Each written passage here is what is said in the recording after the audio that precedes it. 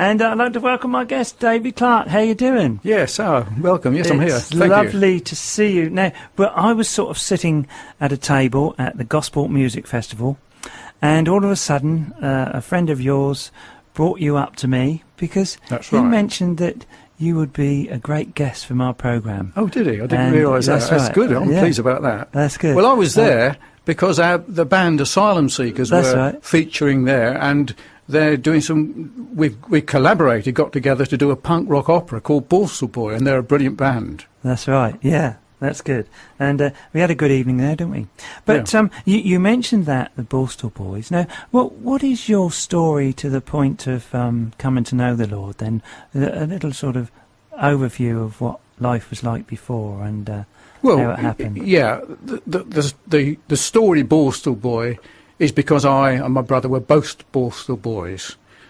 We were not brought up religious in that sense. In fact, I thought Christianity was rubbish, was ridiculous, was for people that couldn't stand on their own 2 feet, for sissies, you know. And we were brought up in the north, in Oldham. My brother and I, being older than I, we moved to Watford. And although my mum did try to take us to church, we did go along, but I didn't take much in. It didn't mean anything to me. But all I can remember from church going there was one Easter Jesus was being crucified, and I thought to myself, well, if Jesus is who he is, who they say he is, then why doesn't he get down from that cross and jump on all his enemies? You know, and I thought if he was who he was, why couldn't he do it? Now, I didn't realise or learn, I didn't know the answer to that till 20 years later. Right, yeah. And with that situation then, what was your sort of journey after that? You mentioned the Borstal Boys. We moved from Watford to a village called Wilston, and we were bored, really, living in the village. And we come from sort of North London, really, and in a village. We got a motorbike, and he got his motorbike, and we started getting into trouble. My brother got in trouble with the wrong... Well, I say we got into trouble. He mixed with the wrong sort of people, but he was a wrong sort of person, because we had guns and knives and flick knives, all that you shouldn't have. He loved the air guns, my brother did, and he got sent to Borstal for beating some with the knuckle duster he made, and I was at the age of 14 years old, and my mother kept that from me. But I soon grew up in the same sort of way, got in trouble with the police. Brother came out of Borstal. He had 2 spells in detention centre, 1 spell in Borstal. Then he came out of Borstal, and I got in trouble with the police for stealing a motorbike, and then we got done for malicious wounding, carrying a firearm without a licence. I'd met Christian people. We was having a good time. We were mods. You know, we had a Lambrette and a scooter.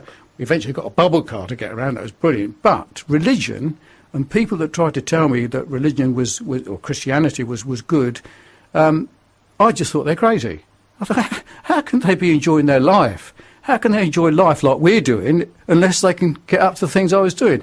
I mean, I was told by people, you shouldn't smoke, you shouldn't drink, you shouldn't dance, you shouldn't watch the telly, you shouldn't go to the news. These are brethren, exclusive brethren, I think they were, but I thought, well, these are mad.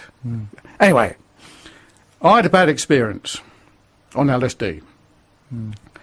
And so bad, I actually, for the second time in my life, I prayed. I cried out to the Lord. I said, Jesus, please help me. And he actually heard me cry. And that night, something happened to me. I turned around that day, and I knew I had to live I wanted to live a different way to the way I'd lived before, and I changed my life from that day forward. And I'll tell you more about that in a minute, but you prompt me. Yes, what we're going to do, we're going to hear a song, and then we're going to tell you what David's going to tell you why we're playing this song. And it's called a fabulous track by who's actually singing this? The Bobby Fuller Four. But that's actually, right. This is Asylum Seekers, by the way. That's right. This is Asylum Seekers made this disc. That's right.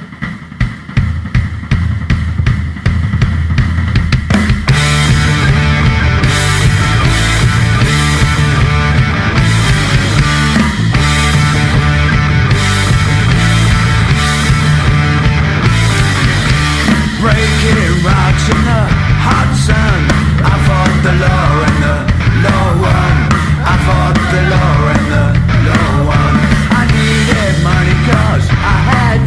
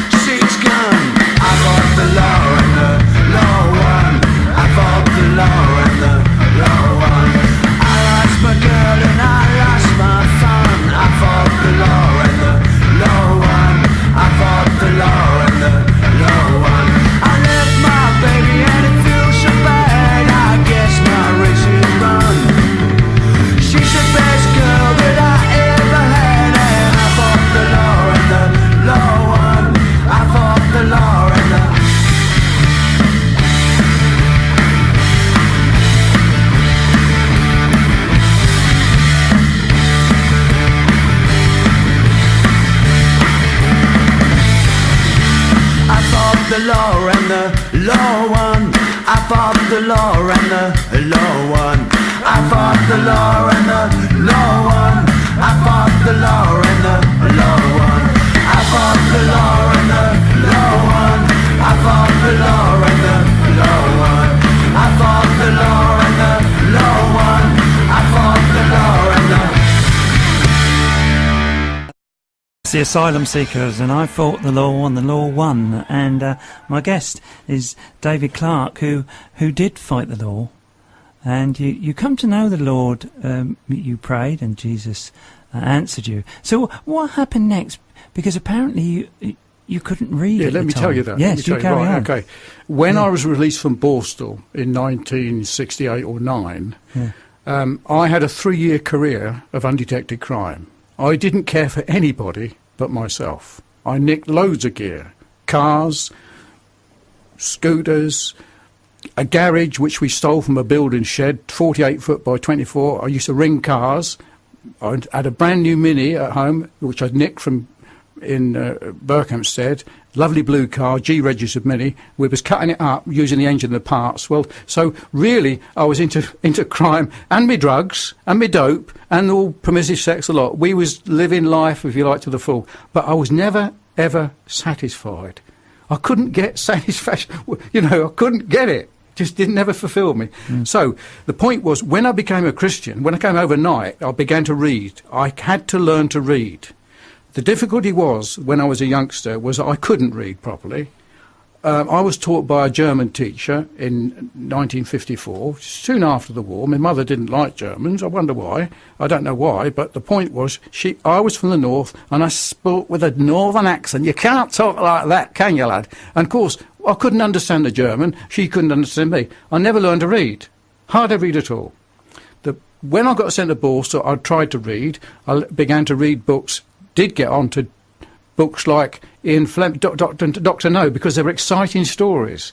The things that James Bond books. I could read The Dandy and The Beano, but that was the best of my reading. When I became a Christian, I knew I needed to find out what life was about. And the religious people were all, I thought, crazy, right? So I had to read myself.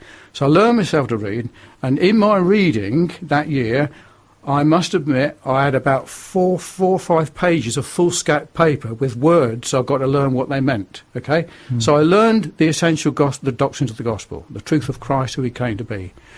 And it so happened that I was able then to go to the police and confessed to 24 crimes which I committed between leaving Dover Borstal and the 16th of January 1970. The day of my conversion, my life changed, and I followed as best I could the law, right? And that's what made me read the Bible. Now, people need to read. Christians don't read, or very few people do. I question them about the doctrine. They're useless. Honestly, I'm having a go at you, right? You should read.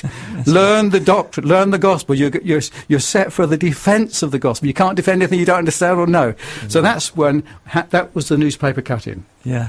That right. Appeared. I was appeared in the newspaper next day. That's right. I've got a new book here, and on the front cover it's the newspaper covering the Bucks Herald converted on LSD trip.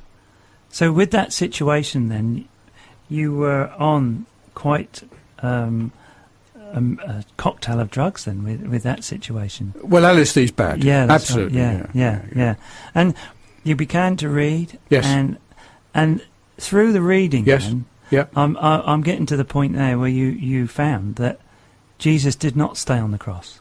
Oh, you didn't know. I learned within 2 weeks why Jesus had to die.